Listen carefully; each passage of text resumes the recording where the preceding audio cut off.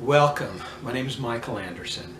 Today I wish to discuss a little bit about the mustering in of the Mormon Battalion, and particularly tell a couple of stories pertaining to the faith of the women of the Mormon Battalion. I will also be introducing a recently created art piece that tells these stories. July 16, 1846 is often referred to as the muster-in date of the Mormon Battalion, but in reality the recruiting and mustering in was going on for several days prior, as well as a couple days after. July 16th is when 4 of the completed companies actually left Council Bluffs and began their march towards Fort Leavenworth. And for a couple more days, the 5th Company was still being recruited. Hundreds of stories are told of the courage, obedience, and faith of those men who volunteered to join the Mormon Battalion. Just as numerous, but less known, are the stories of the faith and sacrifice of those women left behind. Among other things, these women were forced to take on the roles of their husbands and sons as providers for their families. We hear and read about what they experienced, what they did, and we stand back in awe, wondering if we could do the same today. In this digital art rendering created by Paul Jones, we get a close-up glimpse of a potential mustering-in scene of the Mormon Battalion at Council Bluffs. The focus here is a young man signing in, as his grieving mother looks on. Imagine the emotions running through the hearts and minds of those women left behind, not knowing how they might go on without the help of their husbands and sons who volunteered for service. Although it is likely the role of mustering the volunteers fell to Captain Allen's dragoons and designated LDS church officials, Captain James Allen and Brigham Young would have observed the process. You can see here Brigham Young's heartfelt concern and love for this mother, as he would have had for all of his people during this time of uncertainty. These women left behind would rely on their faith to see them through. Also in this art piece you see additional men who are waiting in line to sign in, and Captain Allen, a note about Captain Allen is once he formed 4 companies, his rank was advanced to Colonel Allen. One of those women was Wealthy Dewey Richards. Wealthy, aged 60 at the time of the muster, relied on her oldest remaining son at home, Joseph, who was 17 years of age, to help her and her aging husband, as well as to watch over their youngest son, Henry. Joseph joined the Mormon Battalion and left a few days later. During the march between Council Bluffs and Fort Leavenworth, there were some severe storms. Without any tentage, the men were exposed to the rain and the cold, and Joseph became sick from these terrible conditions. Over time, he pretty much got healed from that particular sickness, but he continued to have problems throughout the march. At one point, Joseph was included in the sick detachment that was sent to Pueblo. Joseph was one of those few who would never return. James Ferguson, Sergeant Major of the battalion, speaking of Joseph Richards' enlistment, travels, virtues, and the patriotism of his aged and feeble mother, stated, "Exposed to enemies who lurked in every grove, President Young visited the various camps, nor ceased his exertions till the last muster roll was filled. But few knew of the sacrifice it cost. There was one scene that was particularly touching.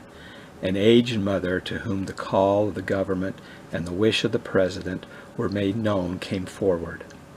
She had sons. One was murdered, and now lay buried deep and unavenged in the tragic well in Missouri. 2 were in a foreign land preaching the faith for which their brother's blood was shed.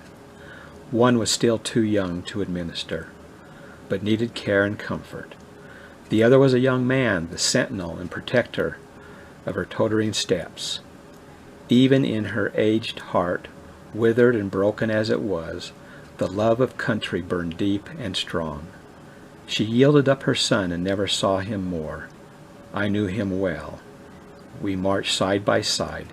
He had been worn down by the bitterness and exposure of many persecutions, but Joseph Richards was noble, generous, and brave, and never complained.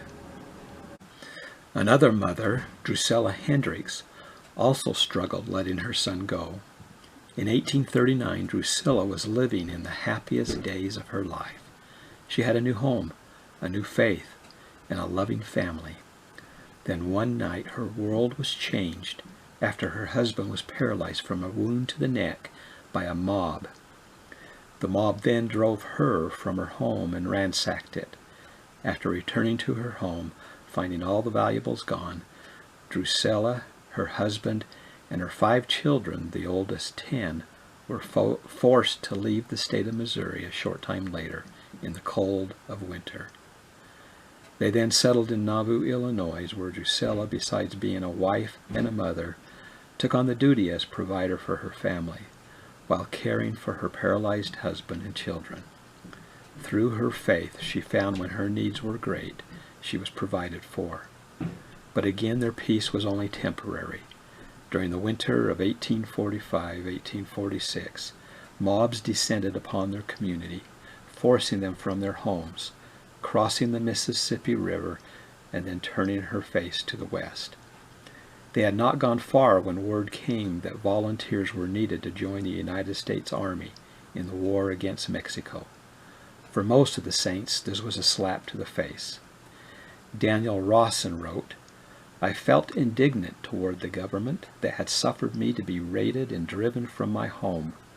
I made the uncouth remark that I would see them all damned and in hell, and I would not enlist. On the way to the Bluffs, we met President Brigham Young, Heber C. Kimball, and W. Richards returning, calling for recruits. They said the salvation of Israel depended upon the raising of the army. When I heard this, my mind changed. I felt that it was my duty to go." Unquote. Drusilla's oldest son, William, now 16, had taken over many of the duties as provider for the family. Drusilla could not allow herself to let William volunteer. How would she survive a more than 1,000-mile journey across the wilderness without his help? As the battalion was preparing to leave, Drusilla, on more than one occasion, had a sensation or voice say to her, "Do you want the highest glory?" She answered naturally, "Yes." And the voice continued, "How do you think to gain it save by making the greatest sacrifices?" She answered, "Lord, what lack I yet?" "Let the son go in the battalion," was the answer received, but she argued, "It is too late now. They are starting, and besides, he is too young and not able to carry arms." Her heart was greatly disturbed. That morning, as they sat across from each other while eating breakfast, a rider came through the camp shouting, "Turn out and volunteer to go in the battalion. We lack a number of men yet." William raised his eyes. He looked at me in the face. I knew then that he would go, as well as I know now that he has been. I could not swallow one bite of breakfast, but I waited on the rest, thinking I might never have my family all together again. I had no photograph of him, but I took one in my mind, and I said to myself, "If I never see you again until the morning of the resurrection, I shall know you are my child." William began preparing the items he needed for the long trek. Drusilla, as she did each morning, approached the cow. She grabbed a bucket and sat down by the cow as if to milk it. She began praying to her Father in heaven, pleading that if her son was to go with the battalion, would her Father in heaven please watch over him and return him to her. Once again she received that sensation or voice that gave her assurance and comfort that her son would be protected and would be returned to her once again. Through the faith of Drusilla and through the faith of her son William, The Hendricks family was later reunited and prospered as a family, eventually settling in Cache Valley in Utah. Drusilla's husband James regained some of the use of his hands, and with the help of a cane could get around with little help. James became the first bishop in the 19th Ward in Salt Lake City, where Drusilla also became the Relief Society president.